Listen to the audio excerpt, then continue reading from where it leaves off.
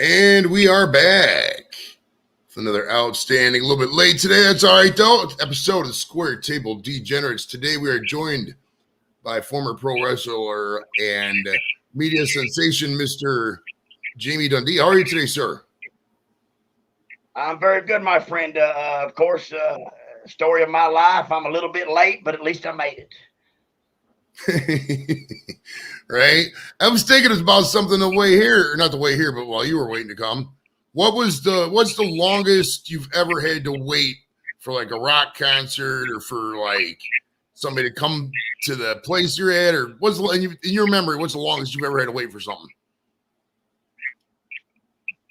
Well, I mean, being that most of my life I was the rock concert. I didn't even go to my first concert till I was like 35 years old because I lived my life. I was a concert, every 7 days a week. So I guess maybe the most I ever had to wait was trying to get to the WWF show where Brian Christopher put me on the wrong airplane, and I had to wait like 4 hours, and I didn't get there till 5 o'clock in the afternoon with an $800 cab bill. That'd be the longest I had to wait. $800 cab bill. I heard a little bit of that story. Tell me that story about the $800 cab bill. Where were you? Where did you need to go? And why in God's green earth did you take a cab? Well, Brian Christopher, cut a long story short, Brian Christopher and his first partner, Tony Williams, they had flew this girl in. She was a Gambino girl, and they flew her in. And to cut a long story short, she had a lot of ecstasy and Xanaxes and yada yada. And we got pulled over coming home from Louisville on a Sunday night. We only run Louisville on Sunday night once every 6 months or something, where the Louisville Gardens was booked out. So I had to fly out Monday Night Raw out of Nashville to be at Monday Night Raw. Well, we got pulled over and they took the girl to jail. They said she littered, and she didn't litter, but they said she littered. So they took her to jail. So Brian has to turn the car around and we go back to Louisville. So he changes my ticket to fly out, but I had never in my life done ecstasy or Xanaxes. Sure. But anyway, I was doing ecstasy and Xanaxes, and by the time the next morning came, Brian had on an airplane flying out of Louisville instead of out of Nashville. And when he flew me into the town, I was still 250 miles away from where I was supposed to be. And the only way I knew to get there was to take a cab because I didn't have a rent a car waiting or nothing. So I just got me a cab. And by the time I got to the building, it was like 4 o'clock in the afternoon. And you're supposed to be there like at 9 o'clock in the morning. And here comes Dundee rolling in at 4 o'clock in the afternoon with an $850 cab bill. And everybody's just looking at me, and I'm just I shouldn't even been there, man. Brian, what he should have did is just had me miss the flight. Would have been much better than to send me there inebriated as I was. And that way I wouldn't have got no heat, and I would have never challenged Ken Shamrock and did all that fun stuff, though. So maybe everything happens for a reason, man. So, but I had an $850 cab bill 9 hours late, and Jim Ross, he wasn't too happy about it. He said, James Dundee, we ain't gonna pay that cab bill. I said, yes, you are, because it says in my contract you will pay all transportation to and from the venue. So they had to pay it, but it was probably the one that put the nail in the coffin for me and Wolfie in the WWE. Hey, that's what it is, man. It's a good story, though. Well, let's start out by talking about where you're from. Now, people may not know this, but you're not actually an American. Is that correct? No, that is 100% correct. My father was born in Scotland. My mother was born in Australia, and I was born in Australia. So I'm an Australian citizen. You can tell by my accent that I'm an Australian citizen. Ron Simmons used to say, you sound as much Australian as I do. But anyway, I was born in Sydney, Australia, and I moved to America when I was 4 years old because my daddy came here to wrestle for Nick Goulas. And, the rest is history. Okay, yeah, you actually took my line. I was gonna say you could tell by the accent. That's a great line. And so you were 4. Did you? Yep. Now, did you? When was the last time you went back to Australia? Well, I went back growing throughout my life. Like we went back when I was 13, and then we went back when I was 16, and then with my family, and then I went back when I was 21, and I went back when I was 25, and haven't been there since I was about 28 years old. I'm 54 next week, so it's been about 30 years since I've been there. But Australia's a hell of a place. If I had my way when I was 16, I would have never came back to America anyway. But of course, my mama said, no, you're getting on this plane, and we came back. But Australia is a hell of a place, man. I love it. I love it a lot. I've never been there. I got a couple buddies watch the show from Australia, but it's such a long flight, dude. That is my goodness gracious. Are you a big flyer? Do you like flying, or would you rather like take a train or bus, or how's that for you? Nowadays you couldn't pay me to fly, man. It takes 6 hours to get through the freaking airport and all that garbage. But back in the good days when you could just go to the airport and jump on the plane and take your smoke or your whatever with you and all that shit, that was fine, because it's a 36-hour plane flight to Australia. You go from California to Hawaii, and then it gasses up the big jumbo jet, the Concorde there, and it takes off, bro. And it's literally a 36-hour plane flight from there, man, because for some reason you can't just go from America to Australia. You have to go all the way around the earth and come back from underneath, I guess, because of the equator or something.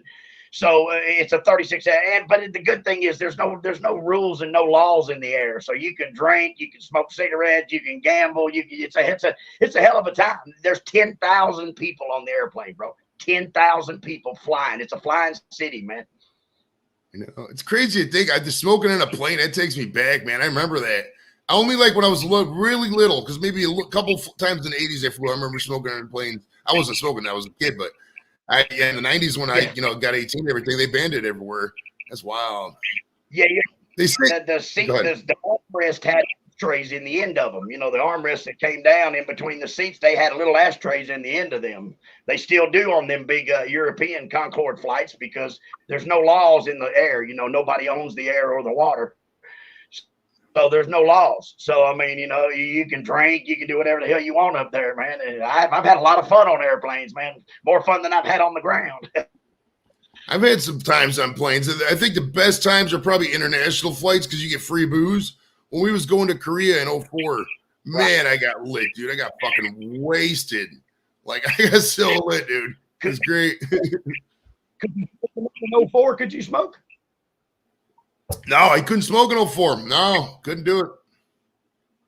Not going to Korea. I didn't. Yeah, because I haven't flown international since, I don't know, 95, 94, something like that. I want to say it's anything originating in the States, 100% you can't do it. You know what I mean? But if you were like going from Korea to maybe, I don't know, Karachi or some shit, you could probably smoke on that flight. I don't know. I guess it probably does depend on the air. I'd have to look that up. I don't know if it's a national ban or international ban or what. Right. All right. So what are some of your earliest memories of wrestling? Obviously, your dad was a wrestler, promoter, the whole nine, right? Was it coming to events to see your dad? Was that your first introduction into it? What was the deal there? Oh, yeah. Well, my first introduction was when we came from Australia to America. My dad and George Barnes came here in 75 to wrestle, and me and my mom and my sister had stayed in Australia until 76. And then we came over, after Bill, had made a name and realized he was going to make enough money to survive. And my first recollection really of wrestling, my memories, my very first real good memory of wrestling was when my dad and Lawler were wrestling against Wayne Ferris and Larry Latham, who were known as the Blonde Bombers, and their manager was Danny Davis. And my first big time recollection was I woke up because they were all outside drinking and stuff, and laughing. And I came downstairs, and when I came outside, I saw that they were the heels. You know what I mean? The heels were at my dad's house. And so my dad, of course, being the old school wrestler, everything was kayfabe. And he's like, I said, what are they doing here, man? And he said, they're trying to get me to turn against Lawler. This is what he said. He said, they're trying to get me to turn against Lawler. And I said, no, don't do it, Daddy. Don't do it, man. And that it was Saturday night at the fairgrounds, and they had the Danny Davis, they wore Army stuff, and he used to take the canteen, and that was the finish. He would cheat, and he would give it to Wayne and them. They were called the Blonde Bombers, and they would hit.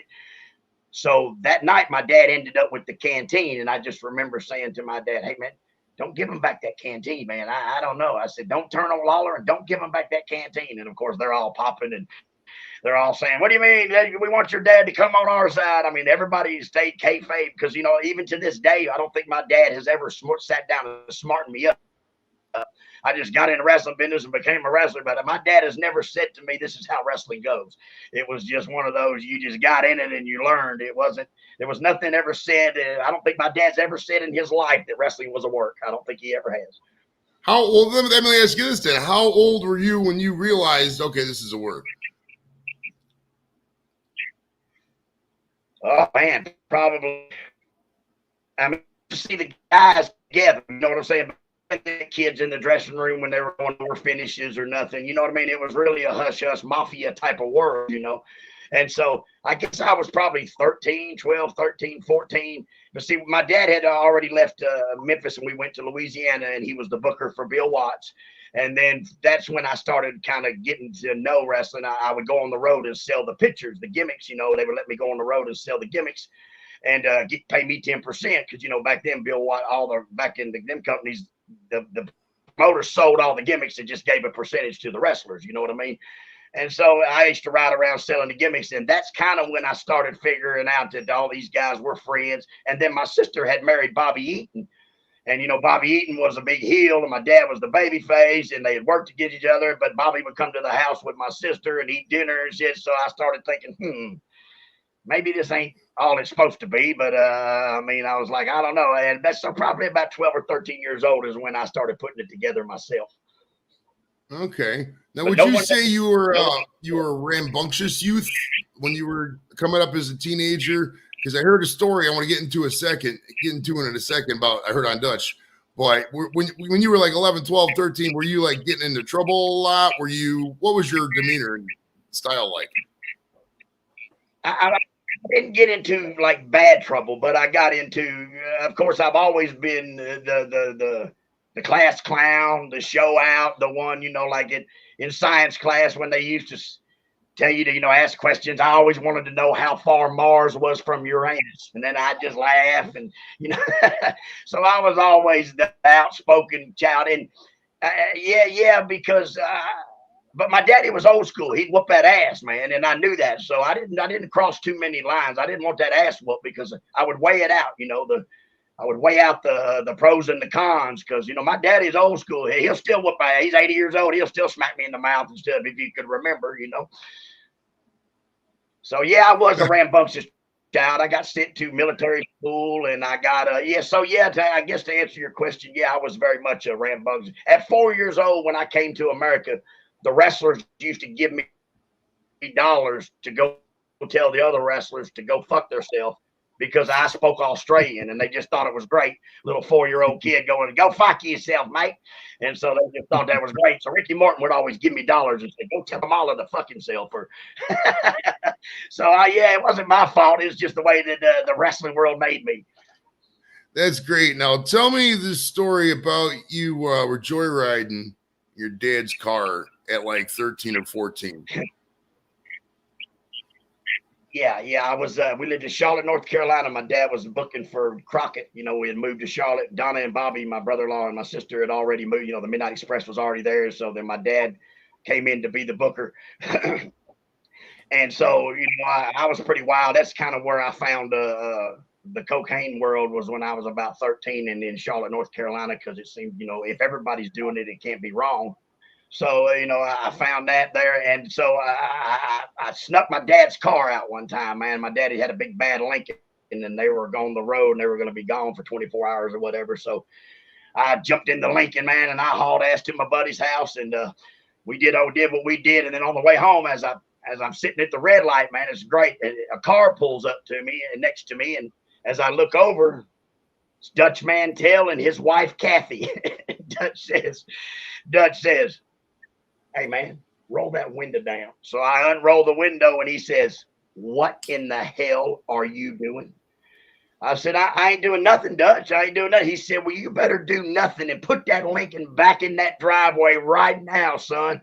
So I drove that car as fast as I could to the house and I parked it and I sat there and waited for that ass kicking to come because I knew there was an ass kicking coming. And one day went by, 2 days. 3 days went by and I thought, damn, he didn't tell on me, man. That's great. So Dutch had been my hero from that moment on because all the other wrestlers would have thought it was great to tell on me ass kick. But Sure enough, Dutch kept that to himself, man, and him and his wife Kathy both, and I've loved them ever since. That's so funny because I got a 14-year-old son myself. His name's Jimmy, and he's so like, innocent, just video game player and all that. And to think of him doing something like that just makes me laugh. It just because it's just so such a different time back then. For sure, man. Because that was 1984, man. You know what I mean? And the world had just come off of Jimmy Carter being president, Ronald Reagan, but the wrestling business was all still making money. In the 80s with the recession, because rednecks still liked wrestling. You put 11,000 rednecks in the building with $5. That's still a $55,000 gate. You just split that up between 8 men. You're making money, man. Oh yeah. No, we got some questions coming in from the chat. Let's go to a couple of them here.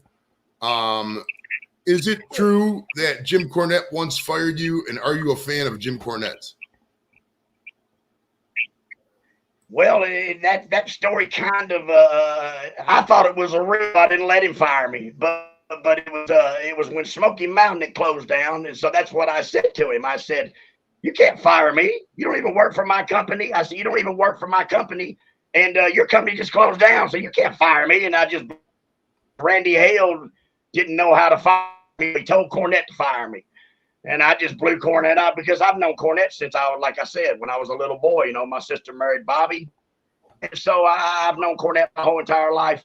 And I am a Cornette because Cornette is a hell of a thing in our world. You know what I'm saying? He's a hell of a manager, got a great mind. And but also he's the guy that used to build my presents at Christmas time. You know what I'm saying? Bobby and Donna and everybody come to the house at Christmas. Cornette would stay up building the presents. When I got up, Santa Claus was there. Hey, man, my child wants to come through here. So just say hello. Come on, ladies. Come on in here. This is my beautiful daughter, Jake.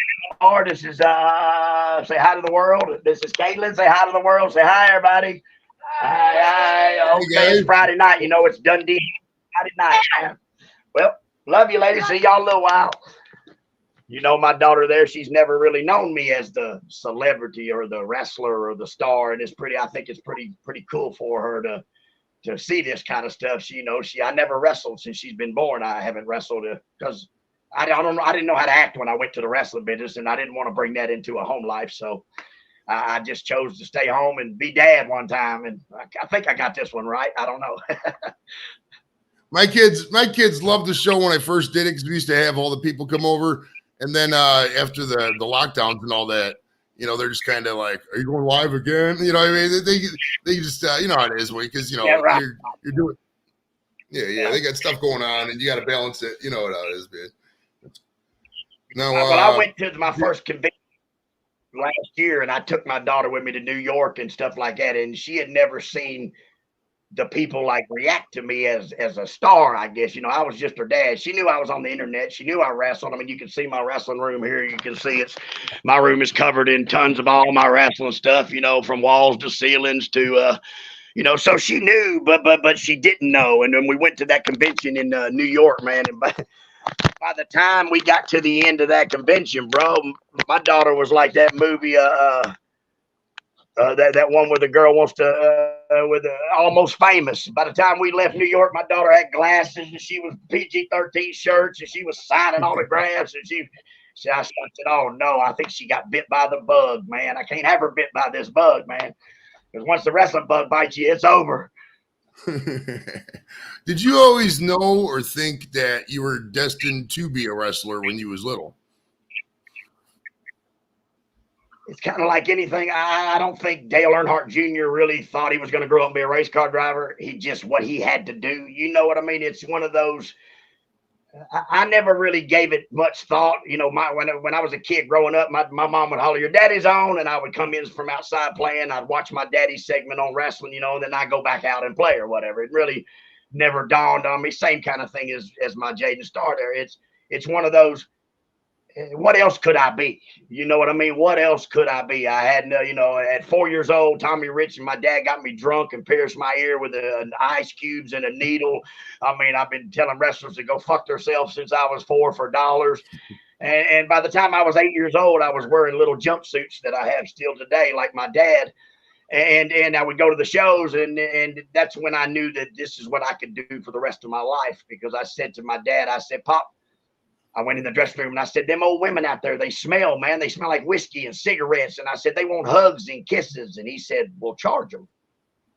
And I thought, well, hell, okay. So when I would go back out to the crowd, walk around, they would say, Little Dundee, can I get a hug? I'd say, ma'am, hugs are $1 and kisses are $2.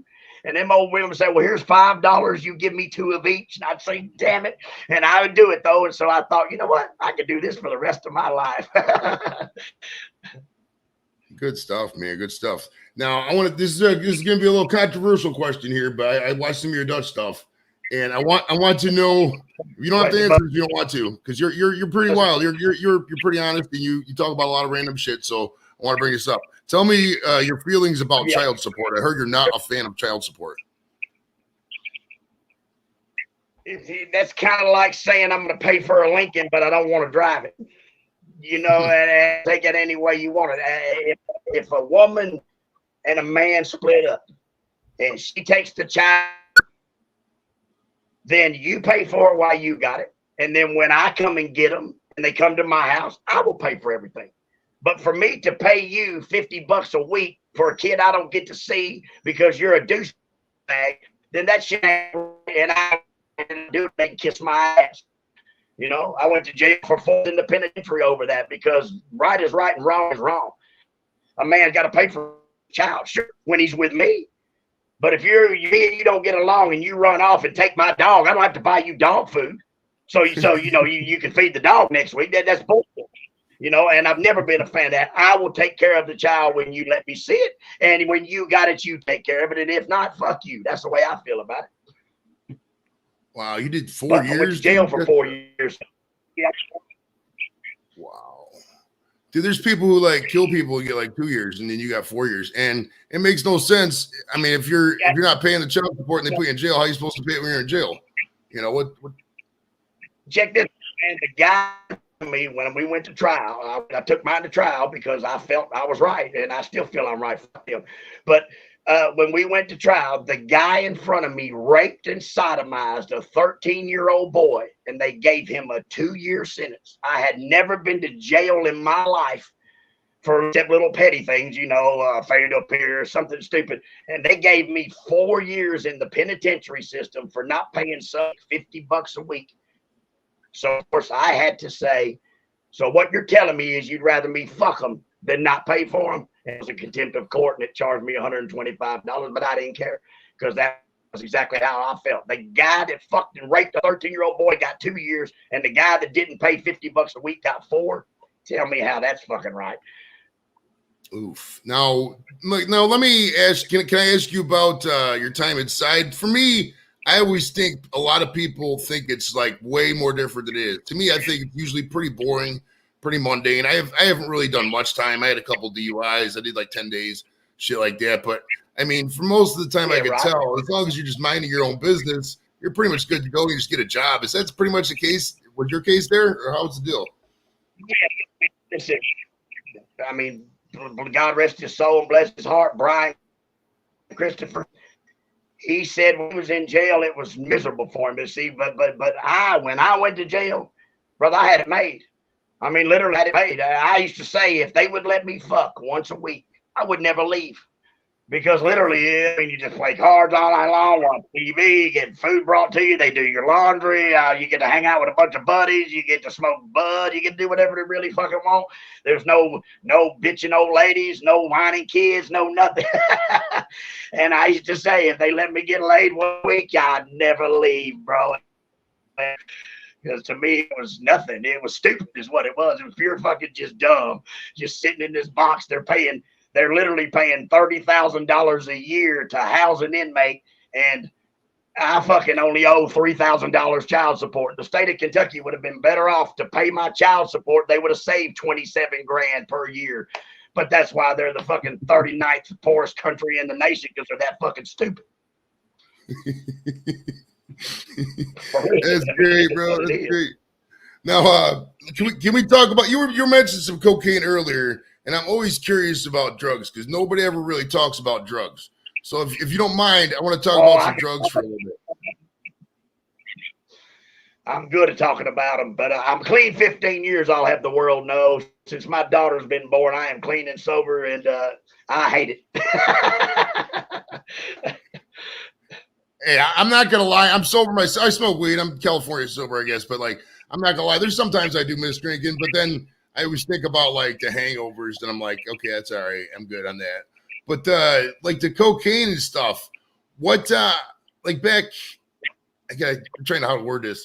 What does I've never done cocaine, so I was always curious. Like, when you, is it? I've always heard the stereotype is you do it the first time, then you're like chasing that ghost. Maybe is that kind of how it is for you? What was your first? Your first adult experience like, and then your use throughout. Like, were you chasing stuff, just kind of always trying to one up the last time? How did that work? Well, I mean, in a sense, like I said, if everybody's doing something, it don't seem like it's wrong. So in the 80s, I was 13, 14, 15 years old, and everybody's doing cocaine. It doesn't seem like it's wrong. So I started doing cocaine in Charlotte, North Carolina with when my dad when I stole the car, when I snuck the car out, it makes you do dumb things, I guess. But here's the thing. It's one of those mental addictions. It's not a physical addiction. A lot of drugs nowadays are physical addictions, meaning, if you hurt your knee and you start eating Lortabs, by the time your knee's better, you still crave the Lortabs because your body needs it. It's a physical addiction. Cocaine is more of a mental addiction, and it started out fun. It started out, you do a little cocaine, you go to the club, you dance, you hang out, you drink, you party, and the next day you get up and you don't even really think about it. But then before too long, like anything, it is a mental addiction. So it makes you. I used to not feel like it nothing until I went and got my shit, because the mental part of it just made me feel like I had to have it to do better things. Where and really you can do them things with or without it, because you've done it your whole life. Except now that you found this, you think makes you feel super powered, and like I said, if everybody's doing it, it don't seem wrong. But then, then comes the time when life where you run out of money, or you lose your job and you get fired, and now you got to figure out how to support this habit that's on your back. And now it becomes a problem. Now it's trouble. Now it's an addiction, and now it's not fun no more. And that's how most people end up with things. Most alcoholics don't start out drinking 4 cases of beer every day. They start out with a little beer, and then they go to a little vodka, and then they go to a little whatever. And before they know it, their body is physically have to have it. When they wake up, they got to have it. Cocaine was a mental addiction. You didn't have to have it. You just thought you had to have it. So therefore, it was all you thought about. So therefore, it became a problem. All right. Now, what was the most, and you might not even remember this, but for your memory, what was the most that you did in like one sitting, most cocaine in one session? Oh, man. Listen, there was a guy, I'll say his name and everything. I don't care. His name was Eddie. We called him Eddie. That's what we called him. That was his name in Nashville, Tennessee. And he said to me, Jamie Dundee, man, I'm the man, brother. Come on to my cocaine you can do. I said, you do? That was Wednesday night after TNA wrestling, because we filmed TNA on Wednesday nights in Nashville, and everybody used to say Jamie Dundee was the smartest guy in the world because he got all the TNA checks and he didn't even have to wrestle. And I would just show up with the shit. But anyway, I went home with Eddie, and I know for a fact that it was Wednesday night, and Saturday morning I was waking him up again. Hey bro, let me get some more. He said, Mr. Dundee, I was wrong. I cannot got all the cocaine you can do, and I'm going to have to take you home, man. You have done 32 grams of my shit. So that's about an ounce of dope in one sitting. So, but it took me 2 days or so. So I said to answer, I know for a fact I can do an ounce in 48 hours if it's free. If it's free, if you got to buy it, that's a whole different ball game, man. Oh, for sure. My only experience with cocaine is like being offered it in different cities. When I was in Minneapolis, I was walking down the street, and some dude just yelled at me. He's like, buy a gram of cocaine for $65. I was like, no, thank you, buddy. That's okay. and just kept walking. And that just shocked me. It's quite a bit of money for drugs. It's like I buy an ounce of weed, like an ounce of pre-rolls is only like $60, $70. You know what I mean? And these guys are talking, that's 1 fucking gram, dude. So cocaine's 28 times more expensive on the street. And this is 5, 6 years ago. It's probably more expensive now than weed. So that's mind-boggling to me. It really is. I got a random question I just thought about. In your opinion, what do you think would happen if cocaine was, 100% legal and it was cheap and almost damn near free, like cigarettes, were in the 50s, like that? What do you think would happen to society? Well, this is the way I see it. Only in the United States of America do we promote drugs and alcohol, and we shun sex. We don't teach sex in the education or nothing. They shun it. But sex makes the world go round. Other countries, Sweden, Switzerland, Amsterdam, all the countries that all drugs are basically legal. They're controlled. They're controlled like alcohol is controlled in America. For heroin addicts, they exchange the needles in Switzerland and in Denmark and all that. And the crime rate is hardly nothing. See, that's what America thinks the crime rate would be over the top because they legalize drugs. Not so. Because if you control it like you do alcohol, we don't have many people still making moonshine out in the woods. We just don't, because you can go buy moonshine at the store. So who the fuck wants to sit in the woods all night and make moonshine? And it's the same thing with any fucking stuff. Now that weed is legalized and the world realizes weed ain't like it was in 1935, they made that movie where they said if you smoke weed, you eat your kids and all that dumb shit. Once they realize that and it's controlled, the whole world, a lot of people's happy, man. Weed don't do it. It's been in the peace pipe since the beginning of time. That's what the Indians smoked. They called it the peace pipe because when you smoked it, you just smiled all the time and you wanted to eat. Nobody wanted to kill each other or nothing. You just wanted to smoke your bud and enjoy the day. And so if they legalized most drugs, believe me, I believe that the crime rate would drop. I believe the economy would boom because here's the thing. People are going to do what people want to do, whether the fucking law says we can or not. The law is kind of like makes it fun. That was part of my high. Part of my high was getting in the projects and getting back out without getting caught. That was half of the high for me, bro. I loved it. That was more fun for me with getting in and out than it was to do the shit, for real. But I believe if they would legalize it and control it, I believe the economy would boom. I believe crime rate would be down. Now, don't get me wrong. There's people that are going to steal and rob and do what they do. They're going to do that no matter what, because it's just in them. It's who they are as people. But I believe 100% if they would follow the rest of the world, like Denmark, Switzerland, Amsterdam, if there's done and how it's controlled, I believe America would just definitely rule $1 trillion debt. And listen, there's cocaine in the White House, but nobody knows how it got there. I guess I visited. I must have dropped it off. Now, I heard that you had a couple driving under suspensions in your life, and you didn't get your license until you were like 10 years ago, like 2014. Now, first off, is that true? And secondly, what happens when you get pulled over and you've never had a license? Tell me about all this. Well, there's a difference. If you never had a license, you're okay. But if you've had a license and they've taken them away from you, now you got a problem, because what you said was fuck you, society.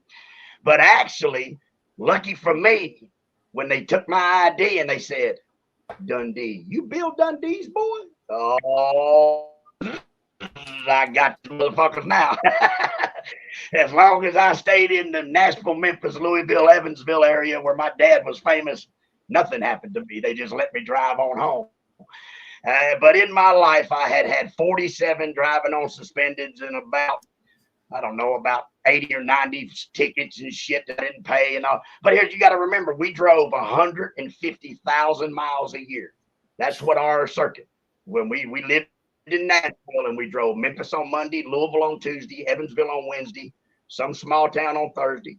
Friday would be up by Memphis, stay over, do the Memphis TV show Saturday morning, drive back to Nashville, wrestle Nashville Saturday night, and then we was off on Sunday and we start again, getting our 50,000 miles a year. And I did that on no driver's license, none. I never had a lick of fucking license, and I drove everywhere I went. That's great. That's great. They were Dundee. All right, so let's get into some wrestling, shall we? Now you started Yeah. out as like a manager, right? And then you came into the Vanilla Ice clone thingy, JC Ice. Tell me about what your first. I mean, you were around a lot of it for a long time, but like when you first came out as a talent, so to speak, what did that feel like to you? Man, well, I just remember I'll never forget, we was in the backyard, me and my dad cutting the grass, and my dad said, at that time I had gotten a little trouble and shit, and I got suspended from school. Imagine that. And so I was home from school, and me and my dad's cutting the yard, and he had took me on the road with him, and I was selling his gimmicks, and I was just selling his pictures, at the picture table, just chilling out. And he was working for Ron Fuller when Continental had split, and Ron Fuller opened up Knoxville, and it was called USA Wrestling. So my dad went up to be the booker. Ron said to my dad, "Hey, Bill, we should switch you heel." And so Bill said, "Well, I got my kid off the streets, man. He's not running wild and shit, and he sells my picture gimmicks, and I just don't know if I switch heel, then he's got to go home, and I just don't know if I want, if we're ready." And he said, "Well, make him your manager." So I'll never forget. We're cutting the grass, and my daddy says, "Hey, boy." I go, "Yes, sir." He said, "Ron Fuller wants me to switch heel." He said, "What do you think about being my manager?" And I said, "Well, I don't know. I get now. See, at this time, my dad had a wrestling school, so I already knew how to wrestle because believe me, when you're an old veteran like my dad or Lawler or any of them, when you got a wrestling school, you take the bumps. Somebody else. So it was one of those. There was 30 students. Everybody body slammed Jamie, so I took 30 body slams. Everybody hip tossed Jamie, I took 30 hip tosses. Everybody drop kicked Jamie, I took 30 drop kicks. So I learned to wrestle without knowing I was learning to wrestle, but I just did. And so he's like, "Why don't you become my manager?" And I'll never forget the line he said. I said, "I don't know, man. I don't know. I don't know if that's what I want to be. I'm only 15 years old, right?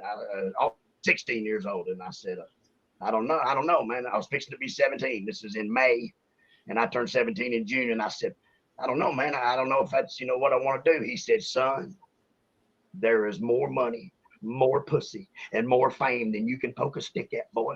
Do you want to be my manager?" And I go, "Yes, sir." Yeah, I do. It sounds like a good deal for me, man. Hell yeah, I do. So we went on then, and then I became the Bill's manager, and we didn't tell nobody I was Bill's son. I was just Jamie. And so that was matter of fact. Here's my very first wrestling magazine right there. See right there, that's Bill and Jamie right there. Can you see it? There's Bill and Jamie. That was Oh, nice, nice. 17-year-old Jamie right there. Just 17-year-old Jamie right there with 45-year-old Bill. But that was the beginning of the end. But like I said, when I was 8 years old, I was selling kisses and shit. That's when I knew I could probably do this for the rest of my life, man. All right, so how long were you a manager before you started the wrestling yourself? And where did you who did you come up with the gimmick? Who came up with the Vanilla Ice clone thing? Well, yeah, well, see when we did the Ron Fuller thing, and then he sold the company to a guy named David Woods. And my dad's like, "I'm not booking for this dude. He's a fucking mark." Because like David Woods owned the company, he had a big, huge picture of Hulk Hogan in his office, and Bill's like, "Bro, that's your competition. Why the fuck you got Hulk Hogan in your office?" And so Bill's like, my dad's old school. He's like, "I ain't working for this fucking goof." So we left there, and my dad and the Rock and Roll RPMs and myself, we went back to Memphis. And so Jerry Jarrett says, "I got a great idea." Said, "Why don't we have Jamie?" Because everybody in the Memphis, area kind of knew I was already a wild out, and so a lot of the angles in Memphis are based on real life shit. You know what I mean? So you don't insult the people's intelligence. So Jerry said, "Listen, we'll have Jamie. We'll make him a heel manager." And at that time, we were taking Waylon Jennings' tour bus, and we were going to Dallas, Texas, and we were wrestling at the Sportatorium. That's when the Von Erichs and them had folded, and Memphis was trying to go down there and keep it going or whatever. So I was a heel manager there, and then when we come back to Memphis territory, I was a referee. And so then ESPN TV started, and they said, "Look, man, Jerry, we can't insult people's intelligence. He can't be manager on ESPN fucking show that airs 1 hour before our live show and then be a referee." So we switched me heel on my dad right then. And that's when I said I like JC Ice, meaning JC for my name, Jamie Caird, which is my middle name. So JC, and then Ice, because at that time Vanilla Ice had got a lot of heat for saying he was a ghetto gangster boy when really he was a rich kid from whatever, you know. And so I'm like, that's great. I'll use that. So I'm JC the Ice Baby, and that's how JC the Ice Baby was born. And so I just ran with it. And you know, I've never met Vanilla Ice all the years I've been around, all the years he's been around wrestling for the Juggalos and ICP. I still ain't never met my hero, man. I gotta meet you. If you ever see this Vanilla Ice, I gotta meet you, bro. I swear to God, that was my next question. And I got a funny story about Vanilla Ice. I actually tried to get him on the show. I emailed his agent. His agent's name, ironically enough, is Jeffrey Epstein. It's not any relation. It's just coincidence. And he said he doesn't usually. He says he doesn't usually do interviews. And I was supposed to get Rob Bass on. I never heard back from that. But that's funny to mention that. That's wild. You're reading my mind, Jamie. It's crazy, bro. You had like 3 questions. I was going to ask the next question. You literally just said it. It's great. I love it, man. We're cut from the same cloth. Me and the Iron Sheik. So go ahead again, brother. You know, and I stole his. I don't know. It's just my mind works like that. Great minds think alike, brother. Great minds think alike. Hell yeah. Now, do you think that John Cena stole the gimmick later, or was that just bound to kind of happen eventually with the culture? Well, this is the way I see it. At that time in life, my partner Wolfie was wrestling as Slash of the New Church, right? I was in jail. He was Slash, and John Cena was the Prodigy for OVW, okay? And then 2 or 3 years later, John Cena happens to just show up with shorts and a spinner. And I said, Wolfie, how fucking much did y'all talk about PG-13 when y'all were in OVW together? Because it was just kind of coincidence. I mean, now listen, John Cena is the All-American hero. He is the fucking All-American Friday night sports guy. You know what I mean?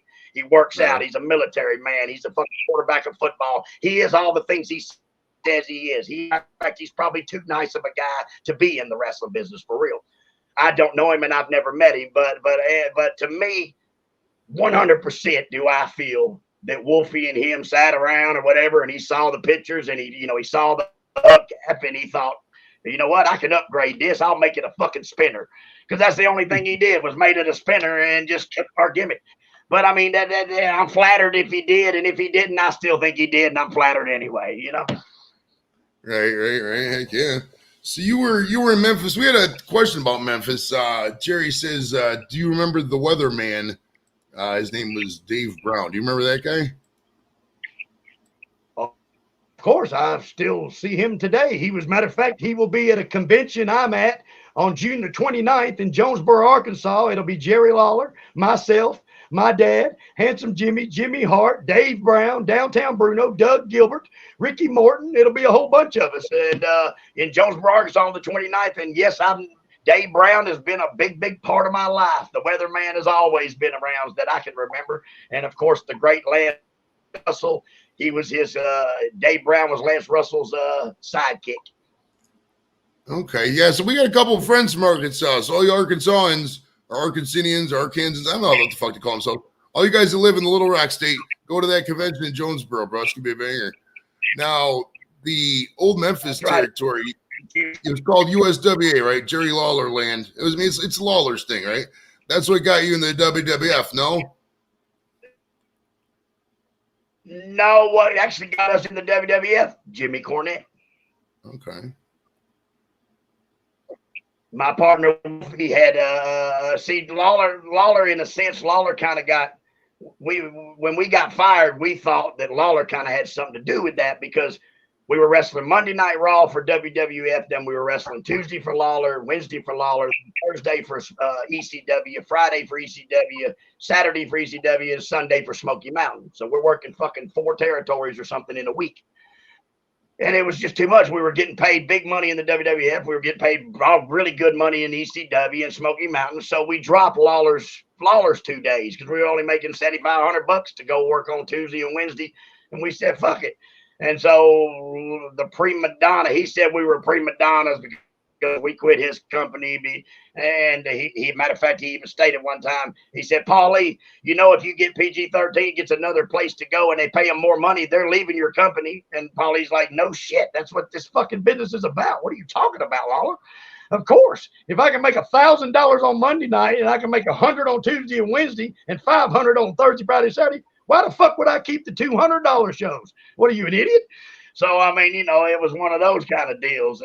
And so then, sure enough, we dropped his 2 days, and he kind of had a problem with it. He called us prima donnas, and I thought, no, we're not prima donnas. We're just smart, fucking idiot. I don't know what he meant by that, but anyway, we feel he helped get us fired. But I'm sure my $800 cab bill and fucking Vince McMahon stepping over me, I passed out on the floor and shit. I believe that probably was the nail in the coffin. It wasn't Jerry Lawler. Now, what was your first impressions of the WWF itself back then? Let me tell you something. This is how it went.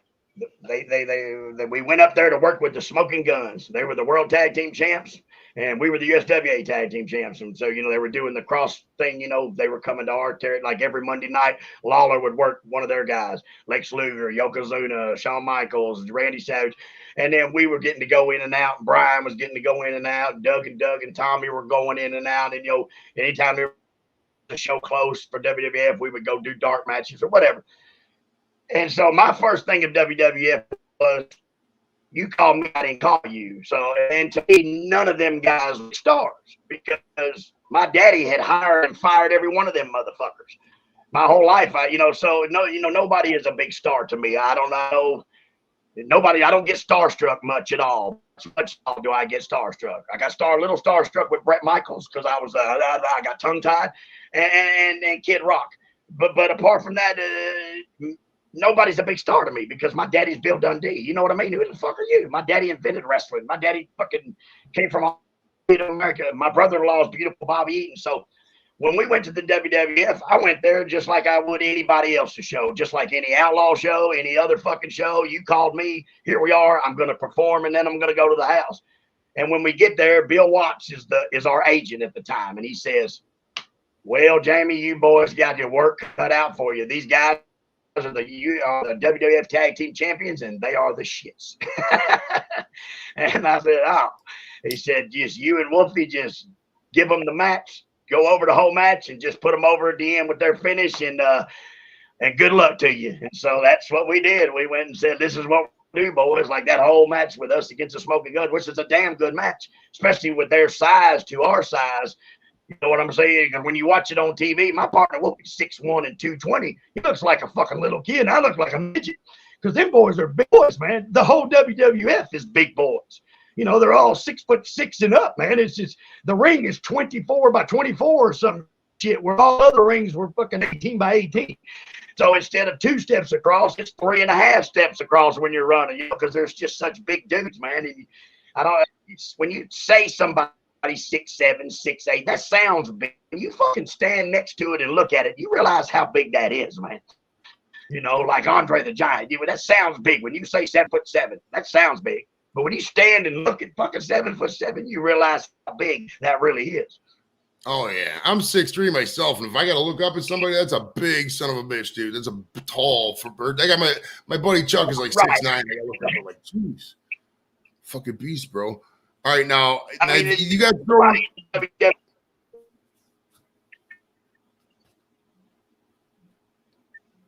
Say that again. Damn, you got a 5 head. Oh yeah, I said you got a 5 head, not a 4 head. I usually shave it, but I'm lazy. It's the summertime, bro. It's just all right. Now look, I was doing my hair for your show, and look, I got this side real good, and my fucking razor quit. Look, what a rib. Fucking razor blood. What a rib, man. That's why I'm wearing this hat. So, all right. So, hey, do you mind if I show a clip and I got some questions about it? I'm going to set this up.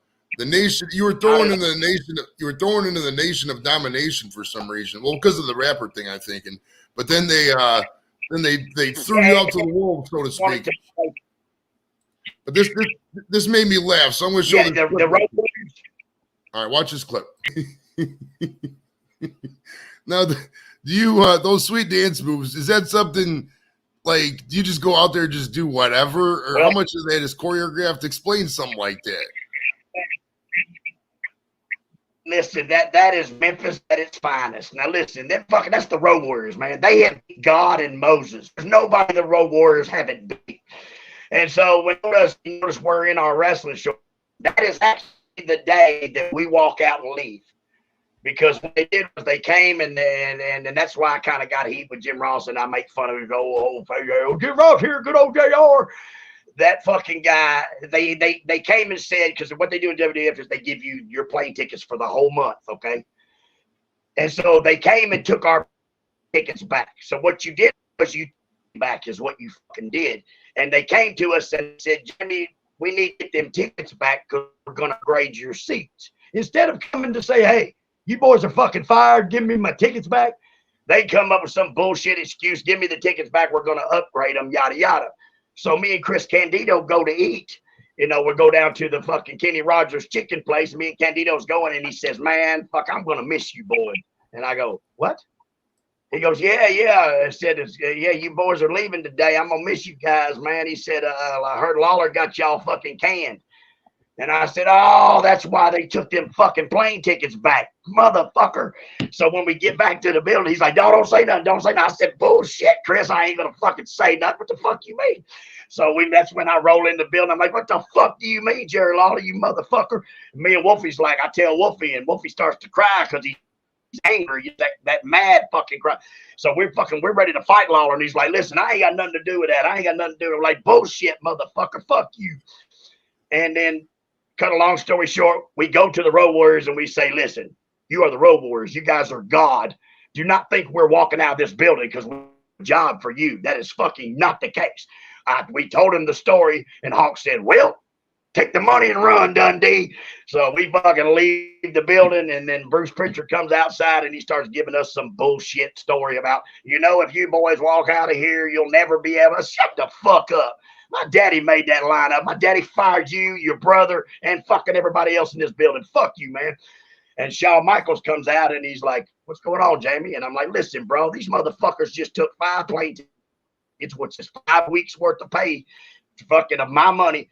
And they ain't even got the balls to fire him, motherfucker. Fuck this place, man. We're out of here. And he's like, listen, Jamie, what if I guarantee you get your money for the next 5 weeks? It'll be in your mailbox. I said, Shawn, just because it's you, I believe you, and I will do it. So we go back in the building, and we do this match with the at that time, we're on top working ECW against the Eliminators. And when we did the job for fucking the Road Warriors, Paul Lee just put us in first and second match when we went, it was one of those deals that, fuck, if I'd have knew then, if I would have thought about it, we wouldn't have done the job because, they're trying to put us over at ECW as 2 tough guys, and we get beat 45 seconds by the fucking Road Warriors. And I was like, because I even said, Paul Heyman, if I do this job for the fucking Road Warriors, do I still got a job in your company? And he said, yes, because he couldn't very well say no right then in front of everybody, or he'd have been the heel. So he said, yes.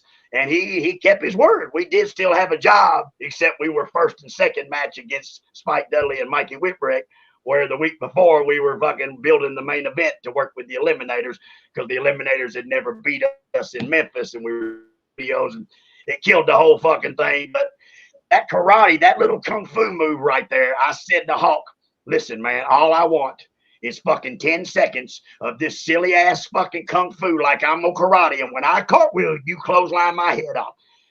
So if you notice in that clipping, when he grabs me and throws me in the ring, I shoot, get away from his ass. He was trying to get me and pick me up on the shoulders so they could do the fucking clothesline. And I was like, no, motherfucker, I'm getting this in, goddamn.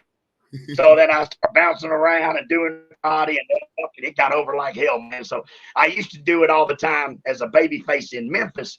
As a comeback, they would get the heat on me, and once I had enough, I'd jump up, do that silly fucking karate. I would cartwheel, and then I'd start nailing them. They'd be bumping, bang, bang, bang, and the people fucking loved it.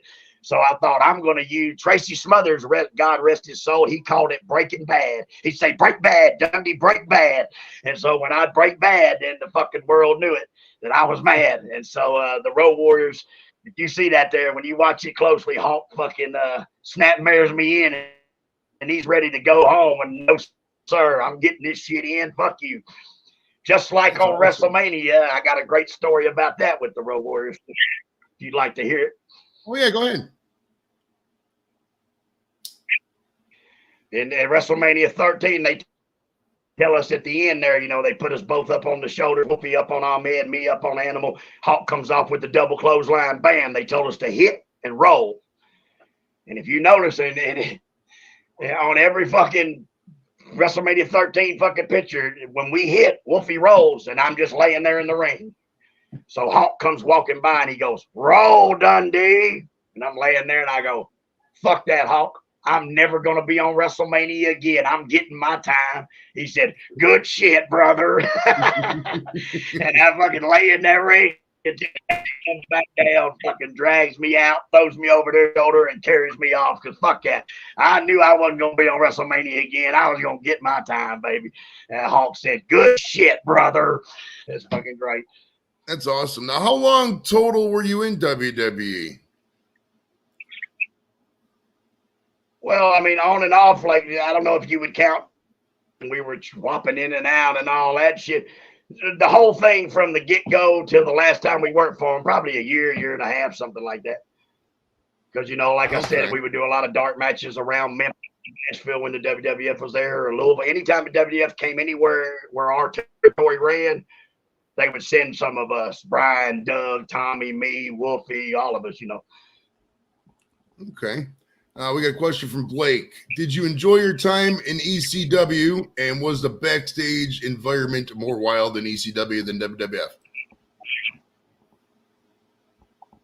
Oh, 100%.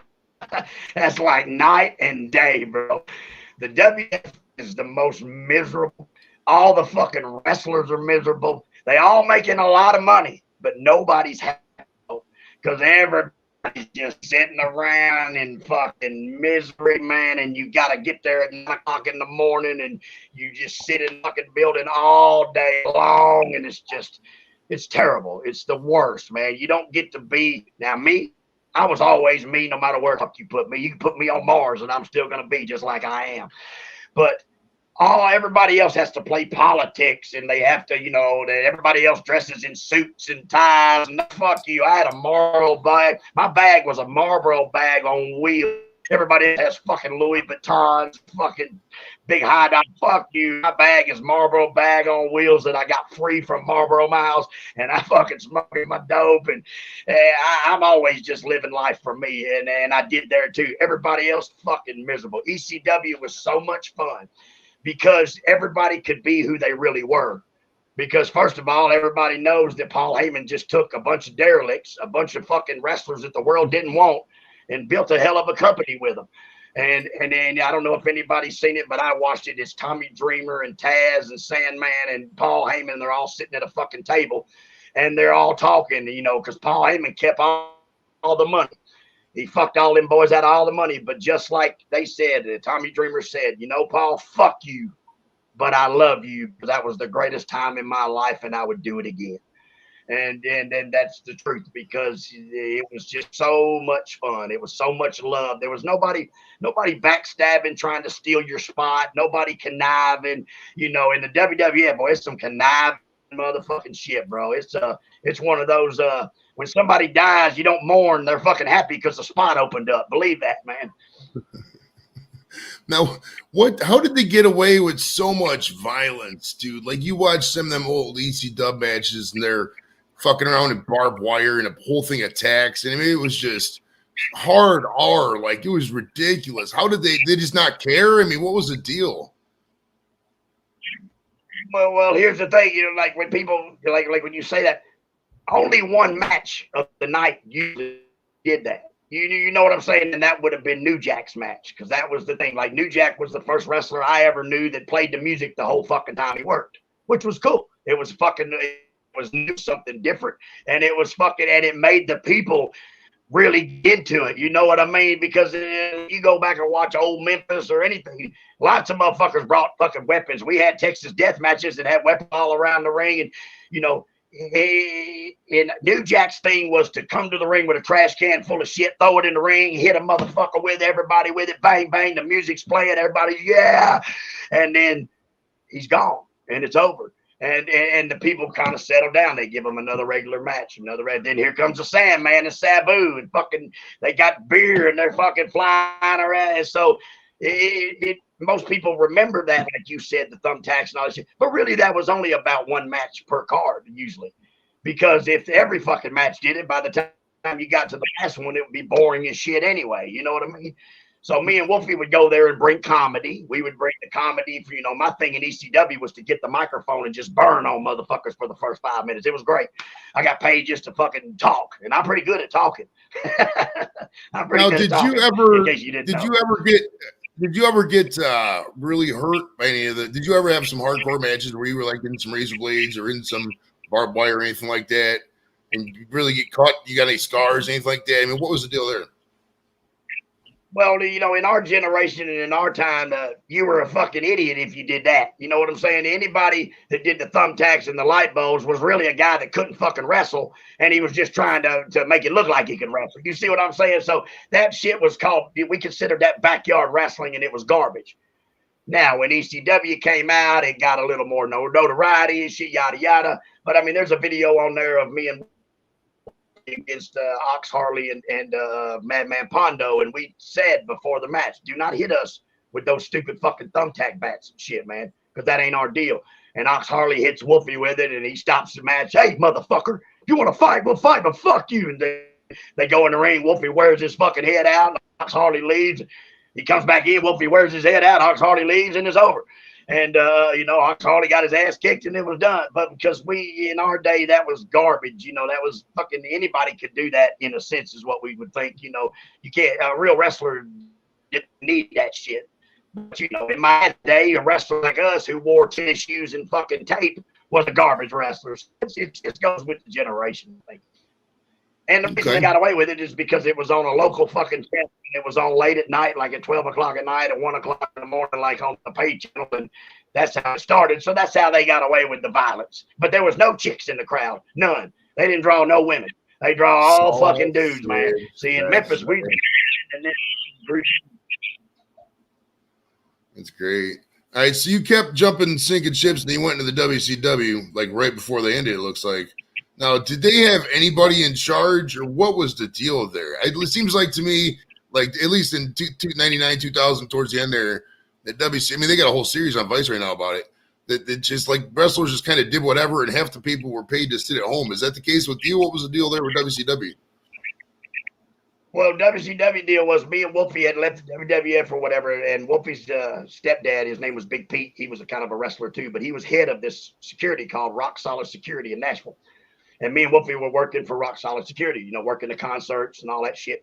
And Jeff Jarrett was coming to sell advance tickets at the Nashville fucking Nashville Arena, whatever the fuck it's called, at the Gaylord Entertainment Center. And I said, let us guard him. And Wolfie's like, nah, we don't want to guard him. I'm like, fuck yeah, we do. We'll guard him. So when the limo pulls up, we'll open the door. Jeff will be like, what the fuck are y'all doing? And so that's exactly what happened. We fucking went from Rock Solid Security, and we went and I opened up the door, and I said, follow me, Mr. Jarrett. He said, what the fuck are y'all doing? I said, making $10 an hour. Follow me, sir. And so we walk into the fucking building, and we stand next to Jeff while he sells advanced pre-sale tickets and shit. And so by the end of the night, he done gave us a job in WCW because, see, at that time, it was Bischoff, Hogan, and his crew.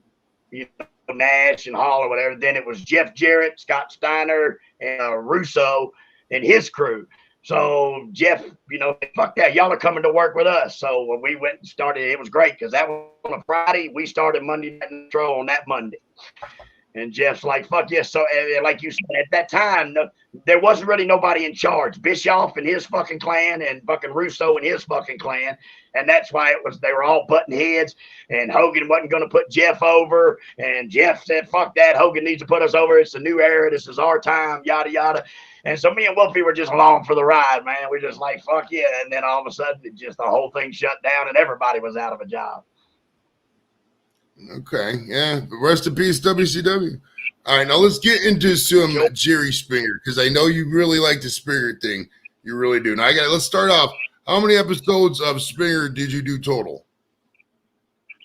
The ones I actually did on the air was 4. I did 3 Springer shows, and then I did the pilot episode for Steve Wilkos to get his own show, which he still has today. I did the pilot episode because he knew it was going to be good, and he could show it to all the studios, and they would pick his show up, and that's how it all began. The way it began was the Iron Sheik. The Iron Sheik and a guy named Anthony Durrani, who was the pit bull in ECW. They did a fucking show on Springer, and Springer needed midgets. They were doing a show called Invasion of the Little People, and they needed some midgets. So the Iron Sheik says, Jimmy Dundee owns midgets. So they fucking gave him my number, and the phone rings, and I answer, and the guy says, this is Johnny Dickface from Jerry Springer. And I just said, hold on a minute, bitch, I will kill you. Because, I didn't know it was a work. And I thought, this bitch done called and put me on Springer. Hell no. But come to find out, all they wanted was the midget. So I got 30 midgets, and me and 30 midgets rolled up to Jerry Springer, and I never left. They just loved me that much. I never left.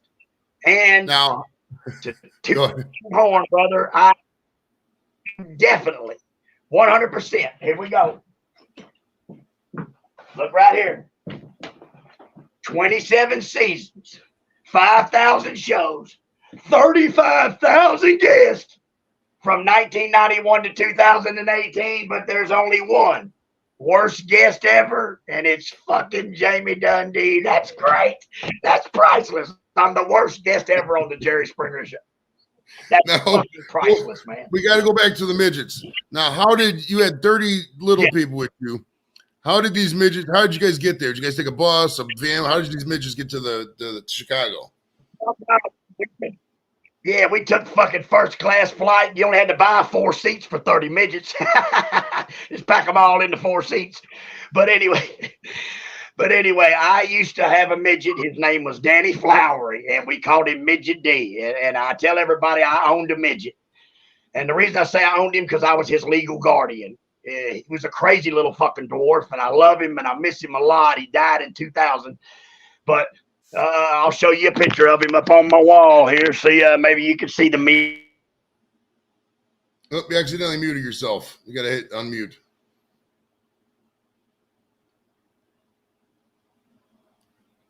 Go unmute, motherfucker. Oh, you just had it. Oh, there you go. You're good. Oh, you did it again. One more time. You got to unmute yourself. You're still muted. What a rib. Perfect.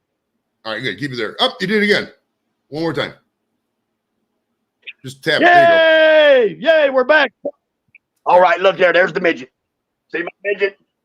That's my midget hitting Terry Golden with a fucking frying pan. Right there. Now, my midget was crazier than a fucking loon, man. And so when the phone rang and they wanted my midget, I said, listen, bro, my midget's not like any other midget. You can't just stick my midget on a fucking airplane. He'll be up in the cockpit fucking trying to push buttons and shit. So I said, you got to fly me with him. And they said, well, we don't have no room. And I said, well, then fuck you. You ain't getting my midget. And so I hung up. And then the phone rang back. And like a day or two later, they're like, Mr. Dundee, how many midgets can you get? And I'm like, well, how many midgets do you want? And they said, we need 100. And I said, well, fuck, I don't even know if there's 100 on the planet. I didn't know. What do you mean? It ain't like you see a midget every day of your life. I mean, some people ain't never seen a fucking midget. I mean, for real, midgets ain't just like everywhere. But anyway, I said, I can get you 30 of them. And they're like, really? And I'm like, yeah. So I called all my wrestling buddies who called their wrestling buddies and got midgets there. And so me and 30 midgets are rolling through the Nashville airport, bro. Greatest fucking thing. I wish I could have had a picture. I'm in front and all the midgets are behind me and they're all going, ba, loom, ba, doop-a-dee-doo. All the way through the airport, man. Not one motherfucker. Every person in the airport just stopped and watched us go by. And back then I had my mohawk standing straight up and it was colored green. And from that moment on, I knew I could fucking Jerry Springer was my new deal, baby. I took over 300 shows to them, man. I took 300 episodes up there. That's why they love me. Okay. When was the last time you talked to him before he passed away? Well, the last show that I did was the Steve Wilkos show. Oh, no, I'm lying. The last show I did was the one that got voted as the convict attacks, they called it. the worst guest ever. That show that was in 2006, 2005, somewhere right in there. That was the last time I actually seen him. But I mean, Springer, they never told Jerry. They never said, "Hey, this is Jamie, and he's this show's a work." You know what I mean? Jerry never knew none of that. Jerry, because he wouldn't be able to react right if they told him. So to Jerry, all the shows were the same. They were all fucking just. They were what they were, but there's no way that guy didn't know that my shows were a work. The fucking guy saw me every week for fucking 3 years. Every Monday I was there with some different people. And that's why they love me. They would call me up and say, "We need a fat, black, transvestite midget to join the clan." And I'd say, "I'll find him. I got you, bro. I'll send the tickets." And by the next morning, me and a black transvestite, one-legged midget to join the clan would be on the fucking plane headed to Chicago, baby. No, there was no, everything on Springer is a work, right? It's kind of like wrestling in a way, no? I mean, there's not one. I mean, there might be a kernel of truth, I guess, but I mean, it's pretty much all just like you said, you would go there with an idea and then just they'd execute, right? No. Called the Jerry Springer Show. You know, they had that 1-800 hotline, and you tell them your story. They fly you in, they give you $50, and they put you up at the fucking Motel 6. My stories were stories that were true, but they didn't want to deal with that person. You see what I'm saying? Like I was pimping my wife's 14-year-old sister. I'm fucking I was a fucking head of a midget militia. Somebody called in with these ideas, and they thought, man, we don't want to deal with this fucking guy, so we'll get done with this part. So the story itself was probably true. Just me and the crew that did the show was not the fucking one that called in about the show. But to knock on wood, 90% of all them shows were probably true. Because, people called in. The working part didn't come until they were out of ideas because they didn't want to keep repeating shows. You see, in 27 years, 35,000 guests, you got to fucking come up with some new shit or people ain't going to watch, So that's when they come up with just off the wall shit. I totally forgot about that. They used to run the number at the end of the show. They were like, if you have a husband that's cheating on you and he's drives a Ferrari, call this. I totally forgot about that. Wow. That's awesome, how it went. People would come. And this is fucking big as a damn Coliseum with fucking cubicles in it with motherfuckers answering the phone 24/7. I'm talking, the phones never quit ringing there, bro. The whole world wanted to tell their dirt and their gossip. Man, listen, my phone is down to 3%, and I don't know if I got a charger. So you're going to have to give me a second, or we're going to have to pause, or I don't know. I got to figure this out because, like I said, I'm not in the wrestling business. And I ain't used to doing interviews and shit no more. Oh, yeah, go get a charger real quick. I got a charger real fast. Yeah, go get a charger real quick. 1 second, all right? All right. Give me 1 second. Totally.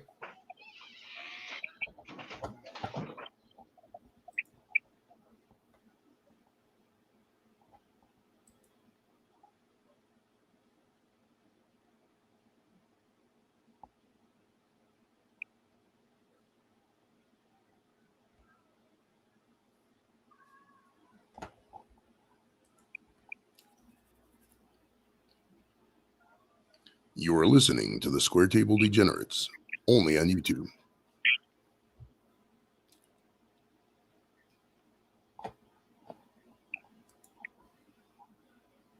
Oh, yeah.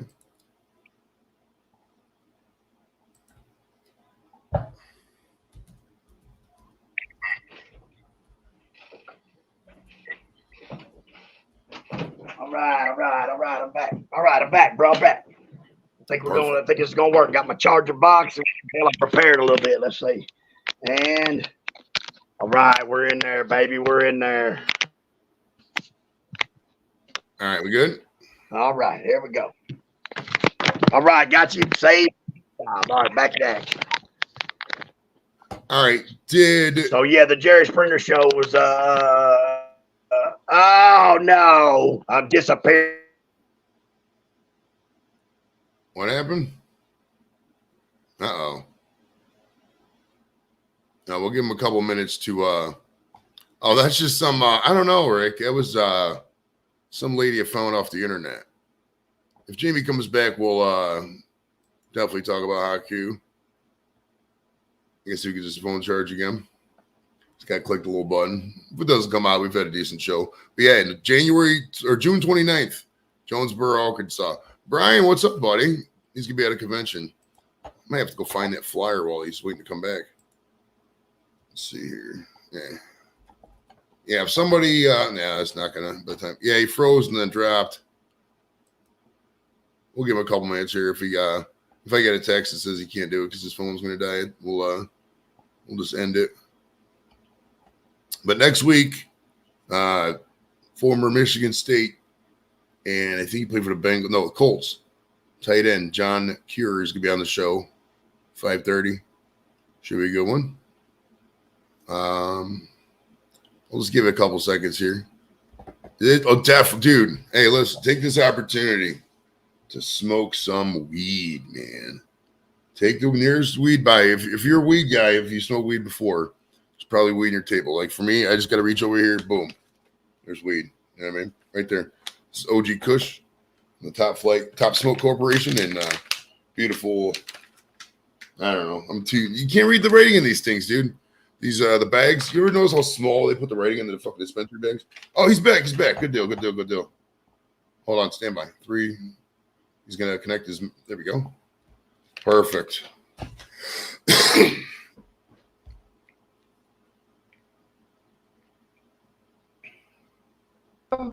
Back.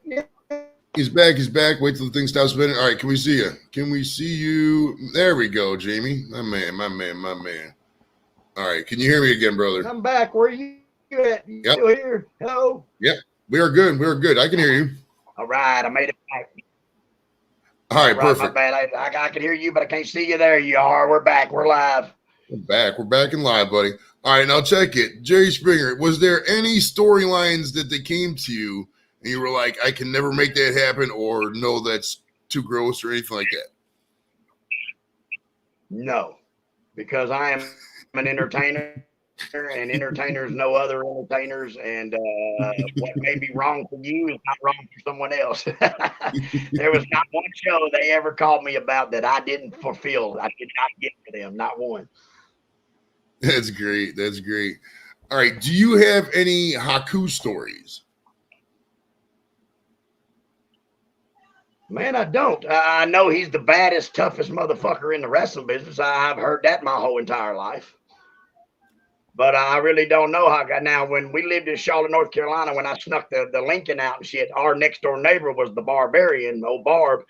And, all I said to him was, yes, sir, no, sir, hello, sir, because that's a big old badass, too. So, but I really didn't know how. I met him a couple times in WCW, but no, I didn't. I don't really know that guy. They're ones you don't just fuck around with. They may not think I'm funny. They may think I'm a pain in the ass or something. So Right. If I look at their, you right. I'm the same way, dude. If I see somebody I know they could probably fuck me up, I'm gonna tread lightly on the jokes at first to see how they are. Then I'll fucking tease them, But I'm not gonna.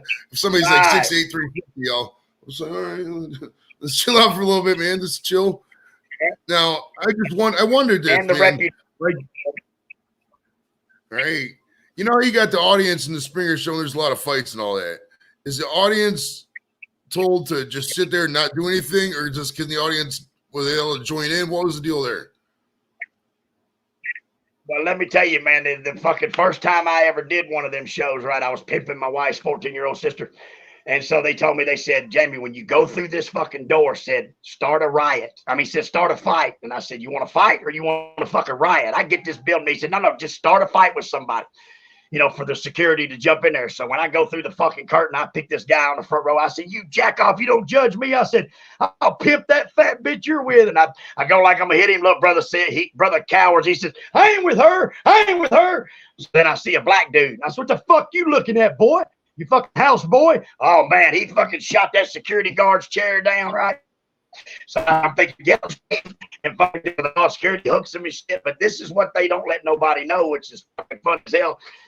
When they go to break, when Jerry says, let's go to break, Jerry walks off the fucking stage. All the security gets up and they walk too. I guess they're doing a break fucking stage. And then people this is a work. They don't know that I'm fucking not really a white supremacist Klan member. It's a fucking work. And fucking, they all get up left. And I go in the back and they're like, what are you doing? I'm like, fuck are you doing, man? These fucking black dudes out here want to kill me, man. Fuck you. I'm not staying out there.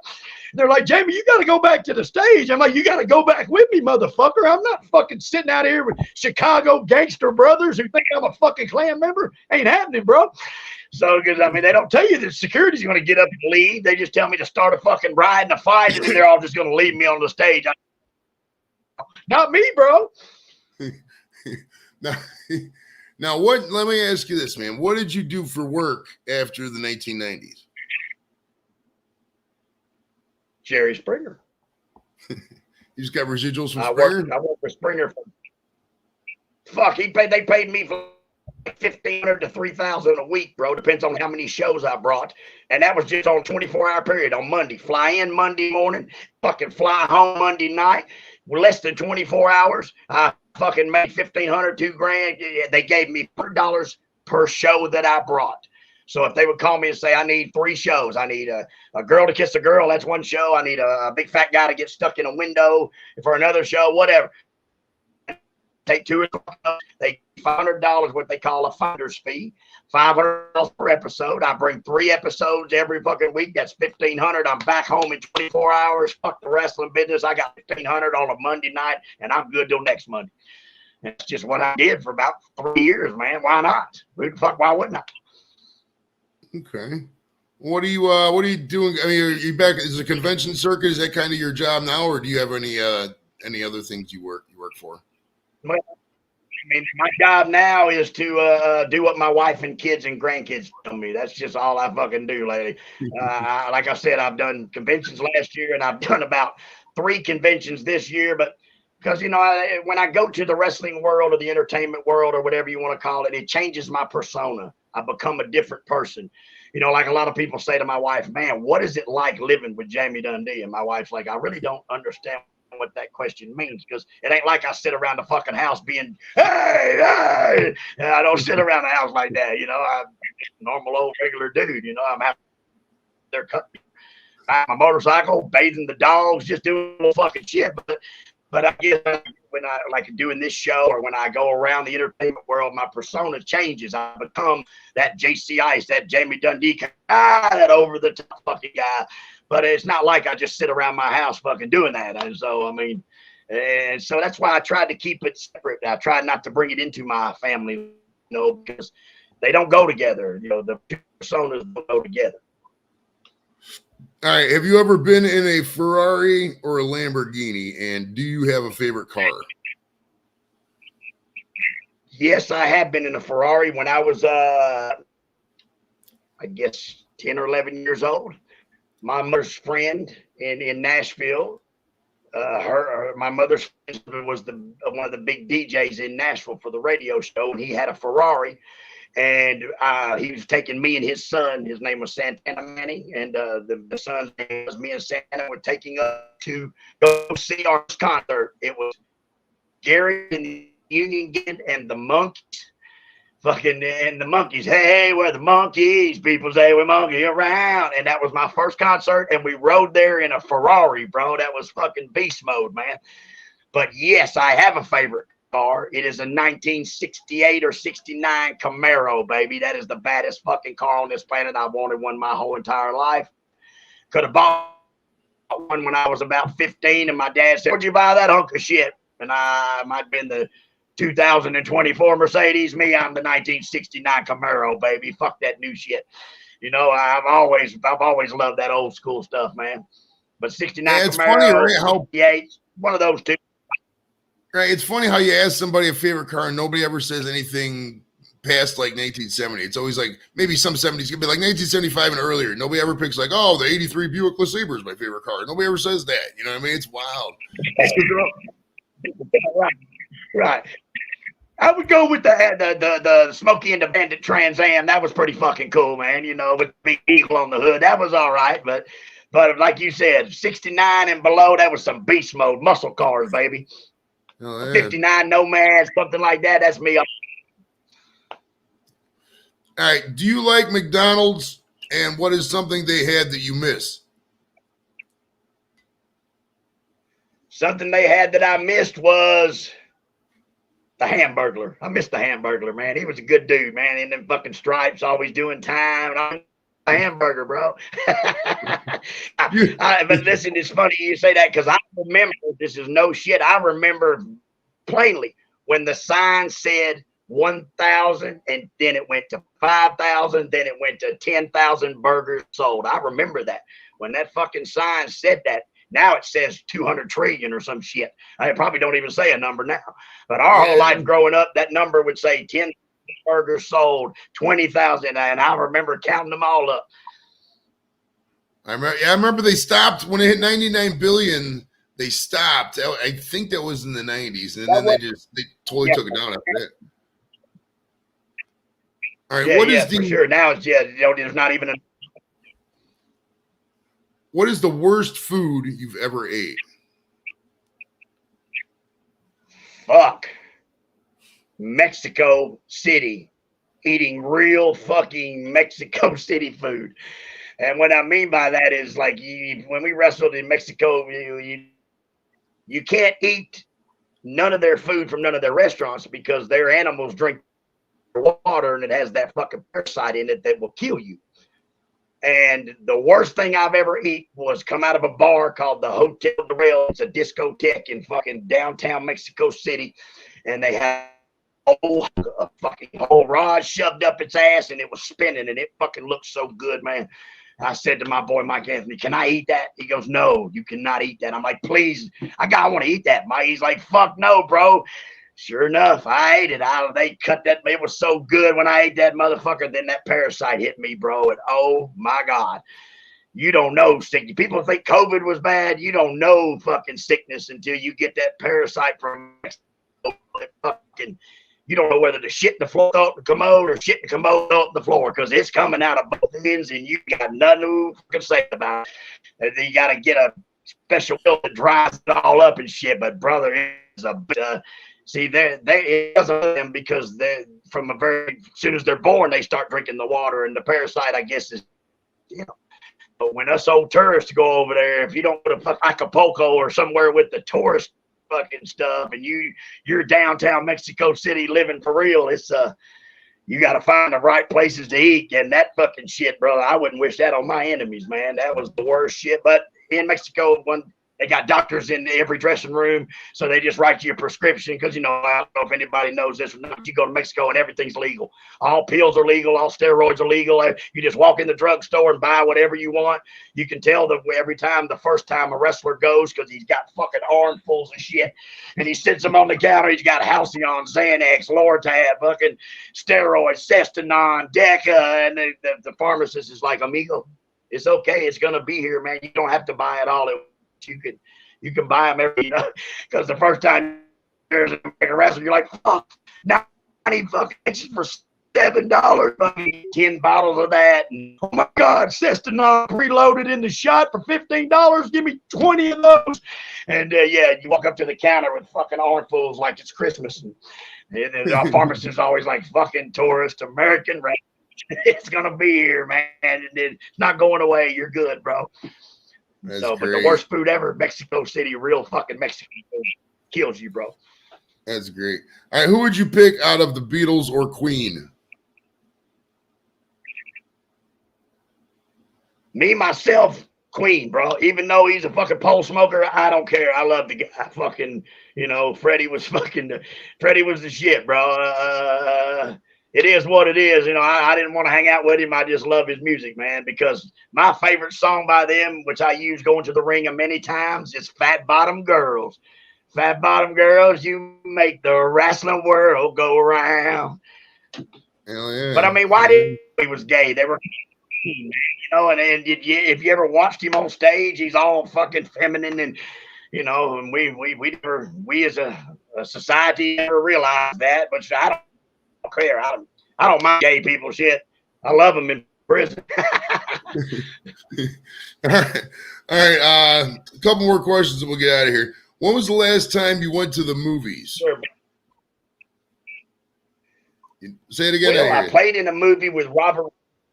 I played in a movie with Robert Redford and James Gandolfini in the year 2000 called The Last Castle. Me and Tracy Smothers were in that movie. Love that movie. Love that fucking movie. Saw that movie. Huh? I started to love that movie, The Last Castle. Robert Redford. Yeah. Well, if you watch it, I'm the dude that's on all the tattoos when they're betting on he's going to live when they bring him in. Tracy Smothers is right behind my shoulder. There's a lot of scenes in the cafeteria scene where he's telling us we're going to take over the prison, and you can see me and Smothers are all over that fucking movie, real. But my favorite scene is when they're bringing him on the bus into the penitentiary, and I'm fucking standing on the fence, and Mark Ruffalo on one side and the other guy, and they're betting on how long he's going to live, and I'm standing there looking hard with all my tattoos and shit. It was fun as hell to make, man. It was 90 days, and it only paid $100 a day, but fuck it, we're in the movie life, man. It's really cool. Oh yeah. But the last time I went to the movies, I went to see the Iron Claw at the movies, and I never fucking made it inside because my kid had a flat tire on one time. With just as I pull up, my kid has a flat tire, so I never got to see the Iron Claw on the big screen, which burned my ass. But the last movie I went to see was Baby, what was the last movie we went to see? What was the last movie we went to see? Huh? The one with John Cena and comes in Mark Wahlberg and Will Ferrell. Will Ferrell and Mark Wahlberg. I know what you're talking about. Something. Yeah. Daddy's Home or Daddy's Home too. Yeah. Up in there. Okay. That's so great, man. That last time I went to the movie.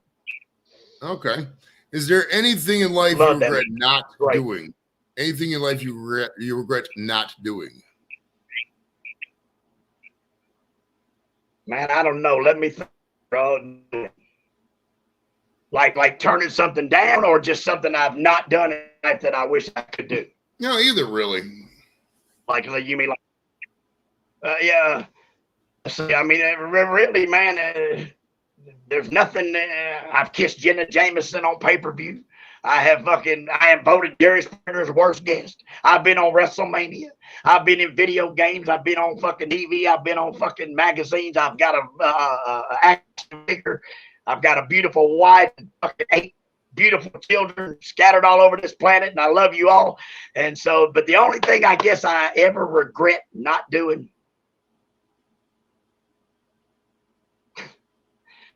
some things are better left unsaid. We'll just leave it. Right, some things are better just left unsaid. I can roll that. All right. Do you have anything? Do you have anything to promote? And how do people get a hold of you? Well, right now I'm promoting the greatest award I've ever received. That is Jerry Springer's worst guest. That is fucking priceless because I am working. The show is not real. I am not that person, but the world believed I was, and I was so good to convince the world that a wrestler, a damn old redneck wrestler, has fooled America. Ain't that, bro? And I'm promoting. I will be in Jonesboro, Arkansas on June the 29th, and you can find me, of course, at Jimmy Dundee on Facebook. And now I just made a new page, and it's called Jerry Springer's Worst Guest on Facebook. You can find me there. And apart from that, if you ever come around Evansville, Indiana area, I live in Seabury, Kentucky, come on by and check out Dundee land, man. I got so much wrestling shit. You can buy it, sell it, leave some, get some, whatever. I was in Evansville in 2021. We had a big party down there, a big YouTube meetup. There was probably about 15 of us went down there. It was cool. I like that area, man. It's good stuff down there. You go to the casino? Is that where y'all went? No, we went. We just had a buddy's house. We all met up at casino, buddy's house. No, we didn't go to the casino at all. We went to my buddy's house. Yeah, we had a big barbecue thing. Yeah. Well, by God, next time you call me and I'll come to you, buddy, because it ain't but about 15 minutes down the street. All right, heck yeah. Well, we'd like to thank Mr. Jamie Dundee for coming out, brother. It's been an honor, and we'll catch you guys next time. Yes, sir. Appreciate it, bro. Thank you very much. Thank you very much.